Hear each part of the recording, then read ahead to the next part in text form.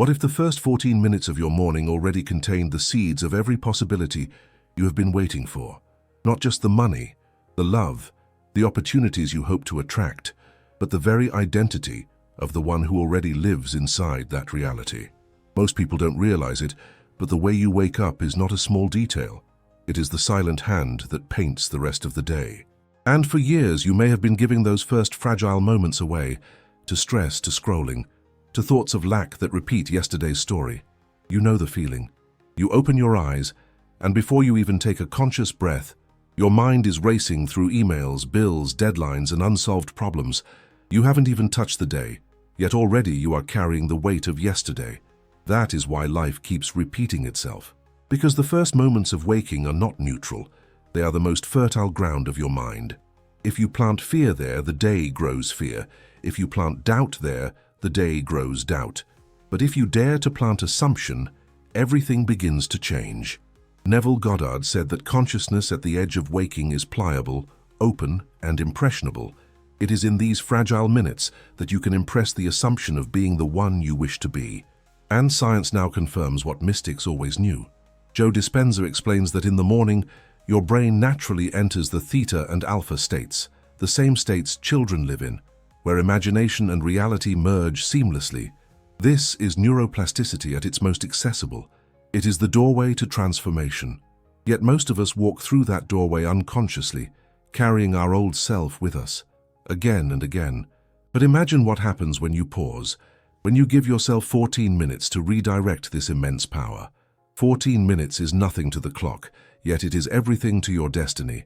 14 minutes of deliberate assumption is enough to bend the day toward your chosen end. And when repeated day after day, those 14 minutes stop being just minutes. They become a new self, a new frequency, a new life. Think of it like this.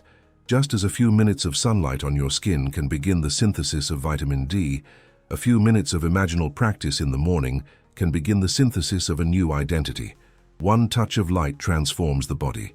One touch of assumption transforms the soul. The rest of the day unfolds from the seed you plant in those moments.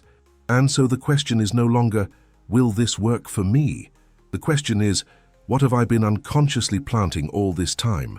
This is why we are here. To claim back those 14 minutes. To stop handing them over to scarcity and instead give them to creation. Because if the universe responds to what you assume, then these first moments are not casual, they are sacred, and the way you use them will decide what answers you receive. Close your eyes for a moment, even as you listen. Feel your breath deepen, as if your body knows it is safe to reset. Imagine tomorrow morning, before the world interrupts, before the phone calls, before the noise, you take these 14 minutes and live as the one you have chosen to be. You see it. You feel it. You let it settle so deeply that it feels ordinary. That is the power waiting in the very first light of your day. So stay with me, because in the next moments we will walk together through 10 secrets, 10 subtle shifts that transform your mornings into a ritual of manifestation. But before we move there, I want you to understand this one truth. You are not chasing change.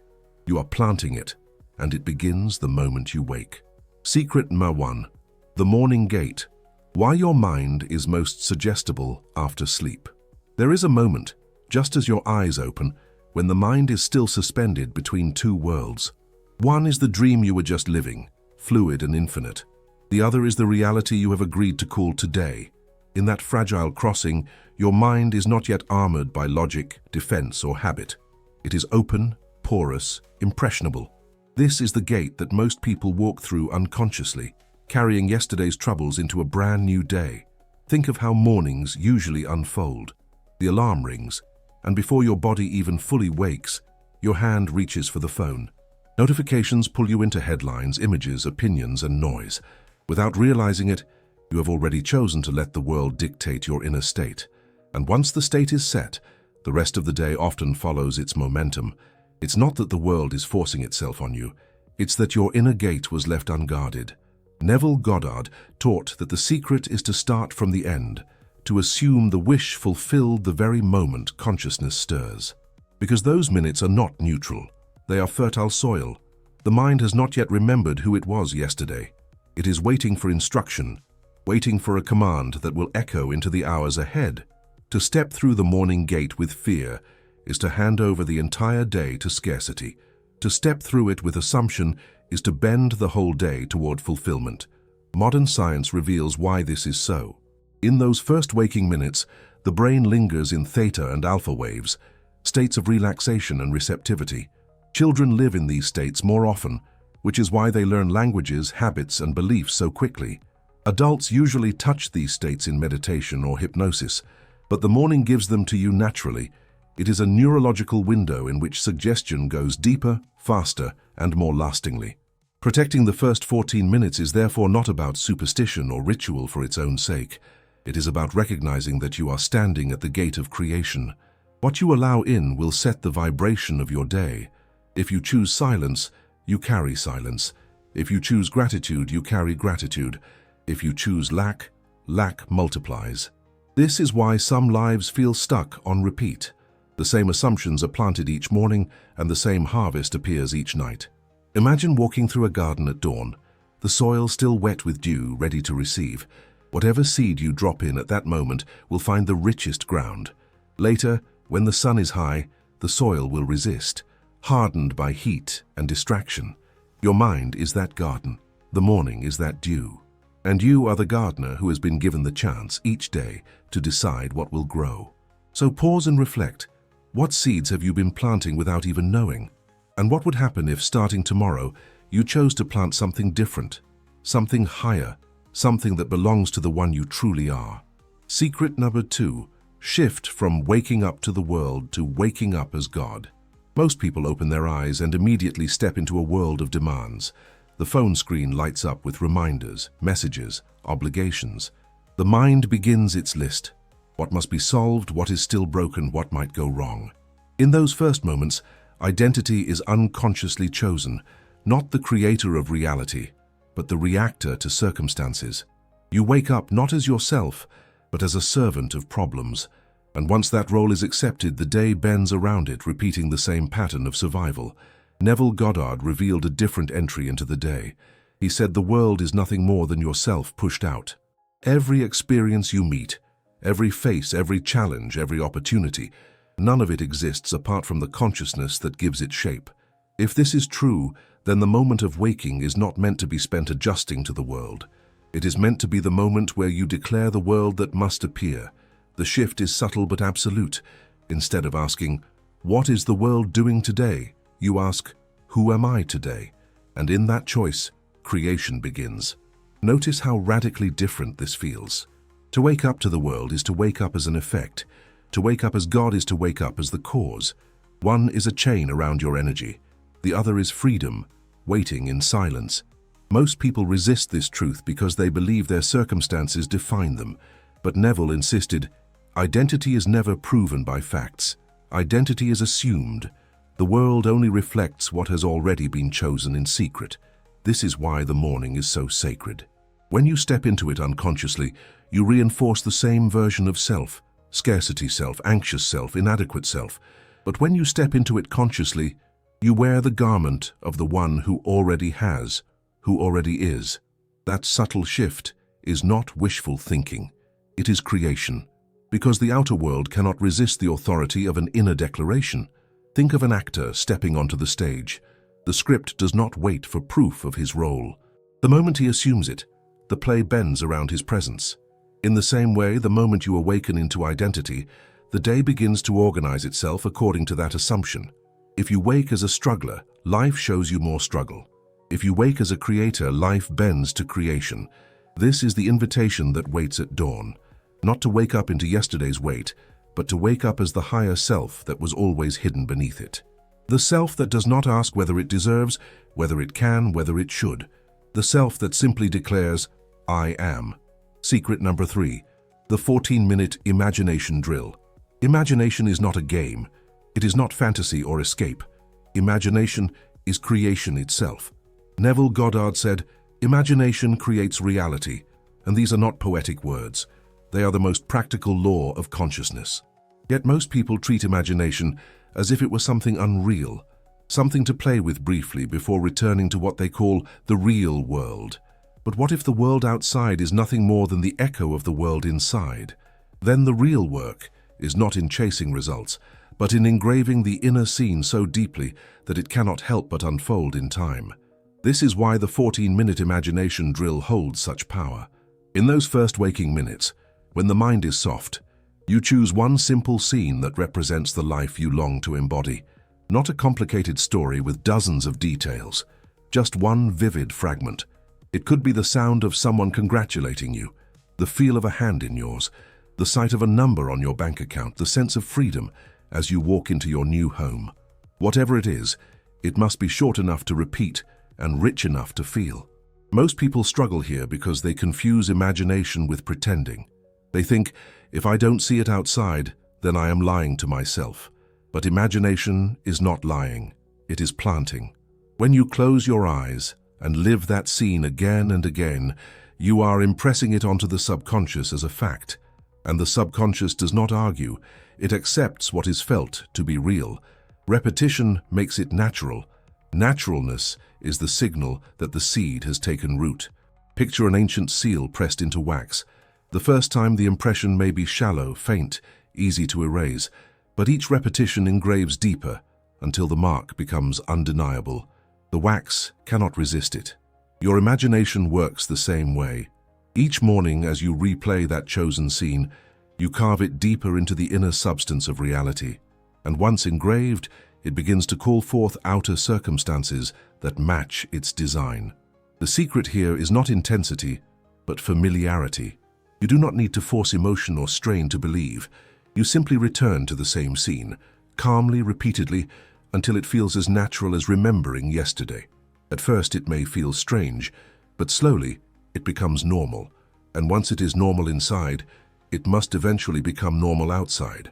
So ask yourself gently, if you had only one scene to choose, one moment to live again and again for 14 minutes each morning, what would that scene be?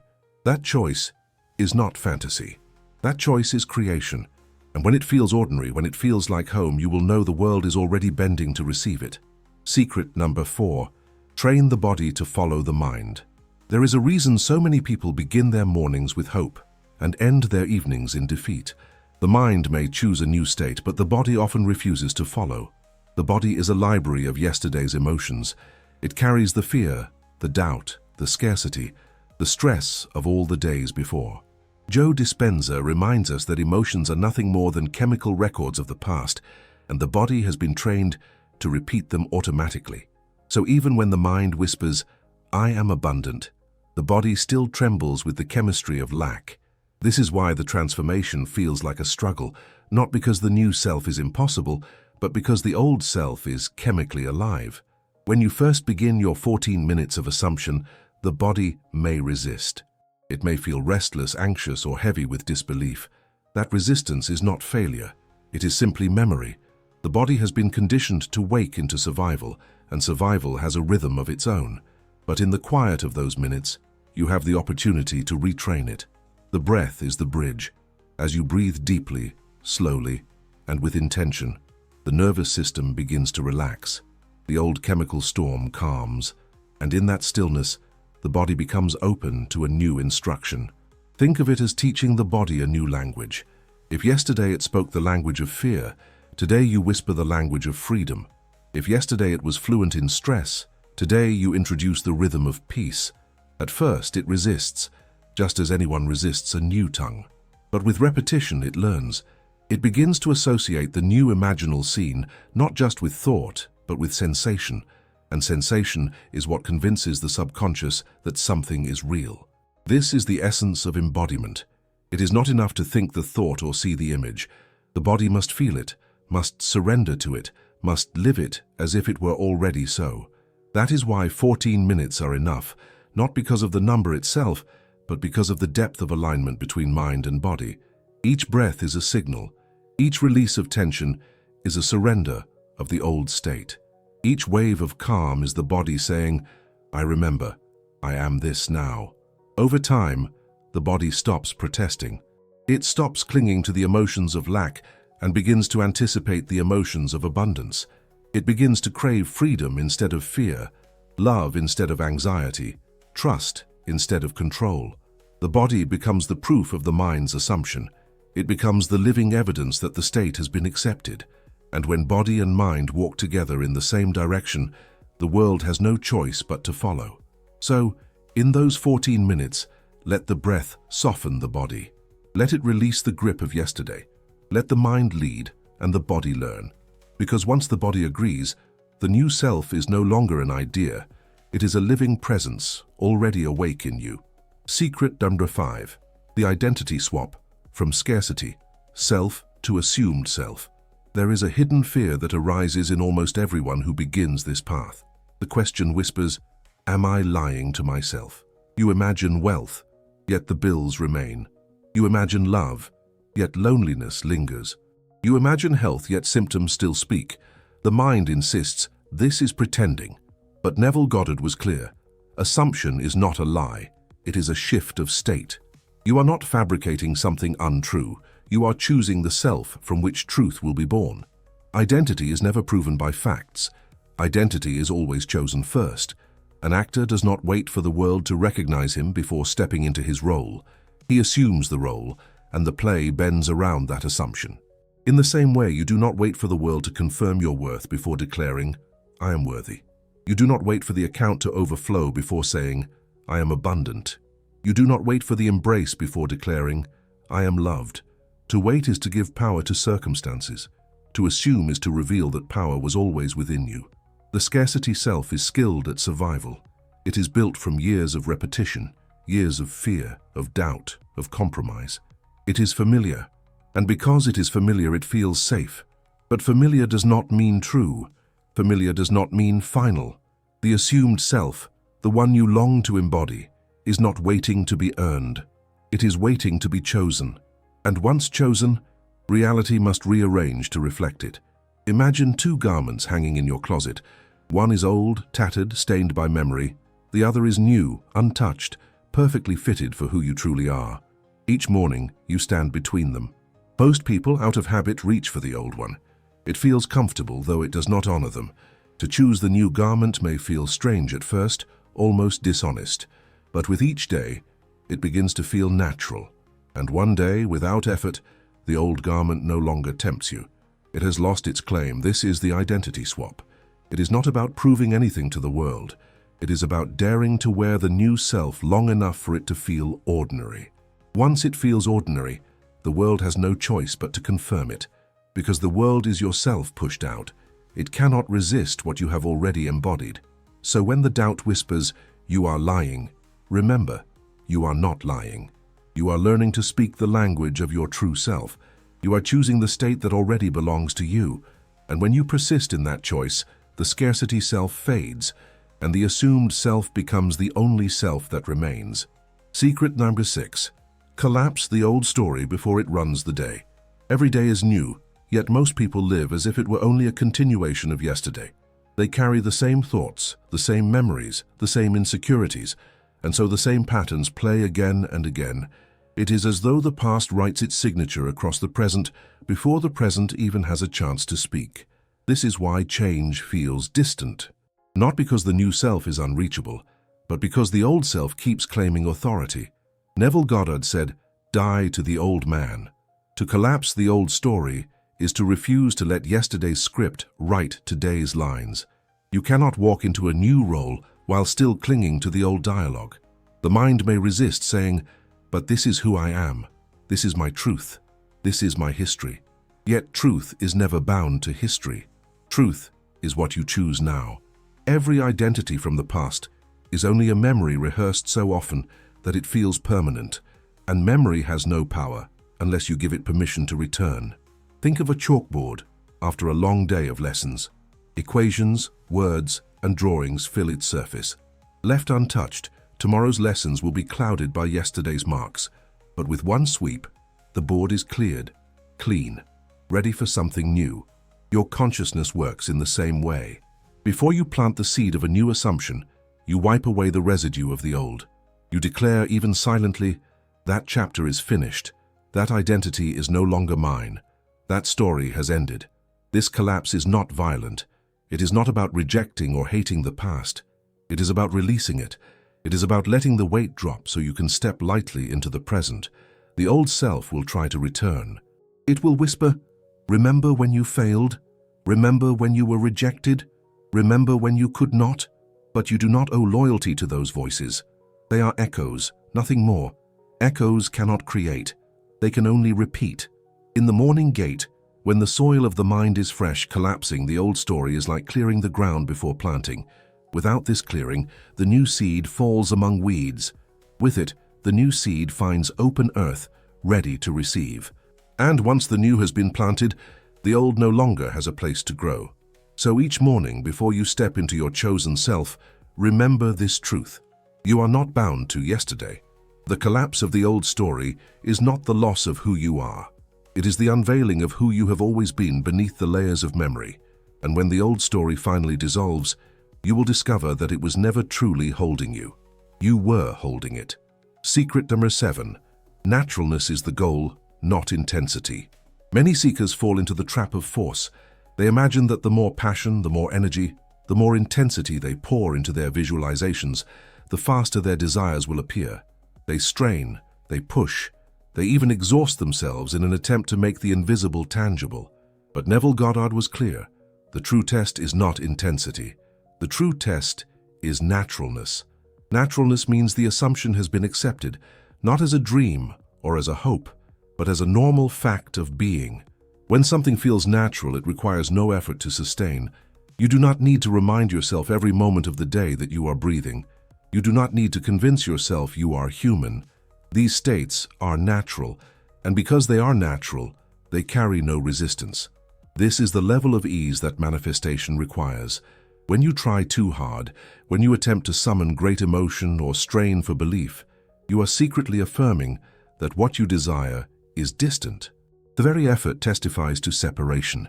But when you relax into the feeling, when the scene becomes ordinary, when you can wear it lightly as if it has always been yours, then the seed has truly taken root. Intensity may burn quickly, but naturalness endures. Consider the man who once lived in constant fear of lack. Every purchase, every glance at his wallet carried a tremor of anxiety. Then one day, he began to assume wealth, not with desperate affirmations, but with quiet, natural confidence. Over time, he stopped checking his wallet nervously.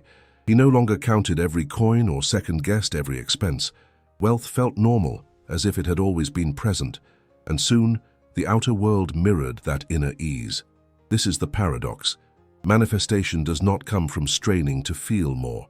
It comes from allowing the feeling to become familiar. The extraordinary must become ordinary.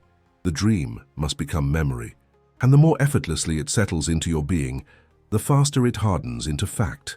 So do not measure your progress by how strongly you can feel in a single moment. Measure it by how natural the state becomes as you return to it day after day.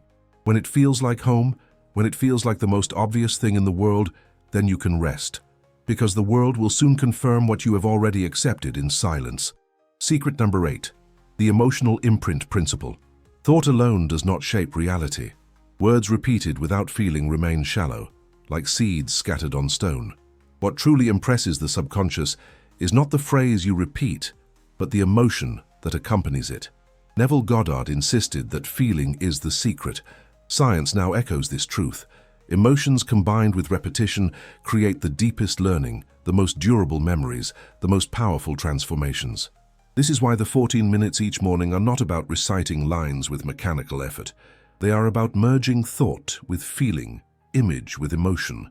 When you recall a moment of triumph, when you allow yourself to re-inhabit the joy, the gratitude, the certainty of that victory, you generate a frequency that the subconscious cannot ignore.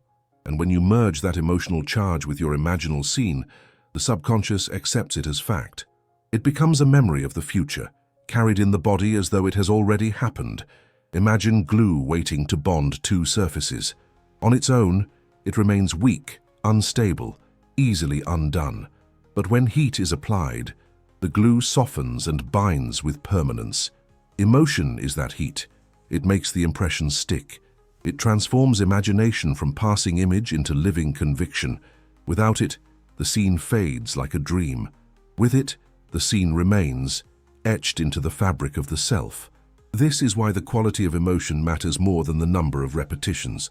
You can imagine your scene 100 times without depth, and it will vanish. But one moment of true feeling, one instant where the heart opens and the body accepts, can outweigh them all. The goal is not to force passion or exaggerate excitement. The goal is to remember and awaken the natural emotions of fulfillment, relief, gratitude, joy, peace, and to let them merge with the imaginal act. Over time, this creates an imprint so strong that the body begins to anticipate it. Just as the smell of a certain place can awaken an old memory, the mere touch of your chosen scene awakens the feeling of completion. And when the body remembers completion, it no longer waits for proof.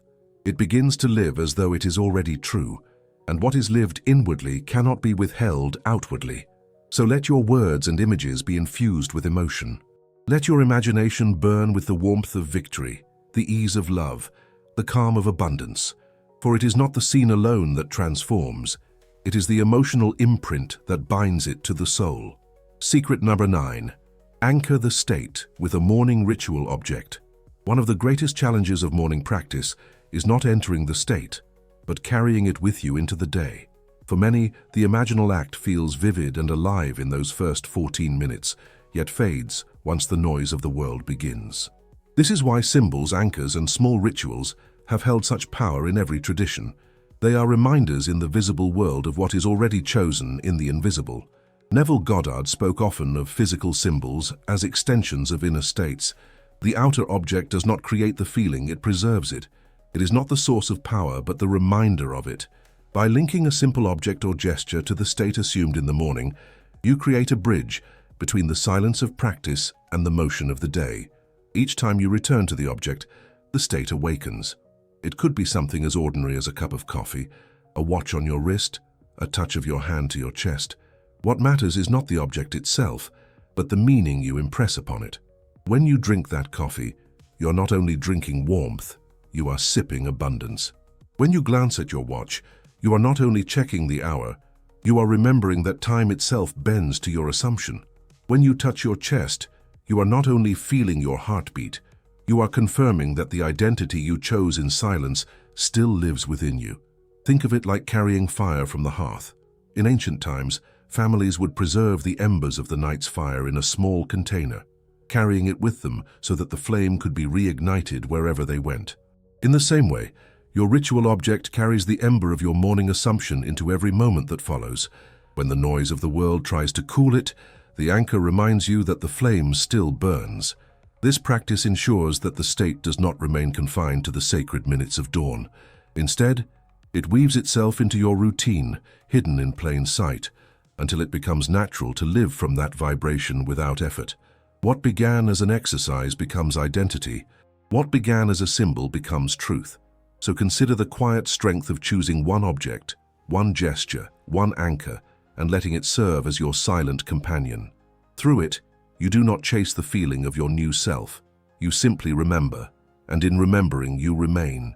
Secret number 10. Consistency over intensity. Manifestation does not depend on dramatic bursts of emotion, but on the quiet rhythm of persistence.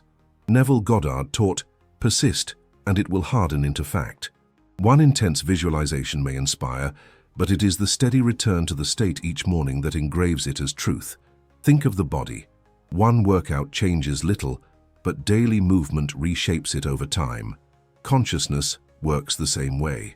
Each morning you assume your chosen identity, the neural pathways deepen. At first, the change feels subtle, even invisible, but repetition transforms imagination into memory until the state feels natural, effortless, and undeniable. This is the power of compound interest in the realm of spirit. 14 minutes a day may seem small, yet when repeated faithfully, it multiplies. What once felt like practice becomes identity. What once felt imagined becomes lived. So release the pressure to feel more or to see immediate proof. Trust instead the quiet force of consistency, for what is nurtured daily within must eventually take form without. Reality has no choice but to reflect the state you have faithfully embodied. Neville Goddard taught that the day bends to the state you assume at its beginning. Those first 14 minutes are not casual, they are creation's gate. Science affirms this. The morning mind is pliable, ready to be shaped. Ignore it, and yesterday writes today again. Guard it, and a new reality unfolds. Like a plane adjusting by a single degree, the shift feels small at first, but leads to an entirely different destination. Each dawn you choose, repeat the past or awaken as the self who already lives the life you desire.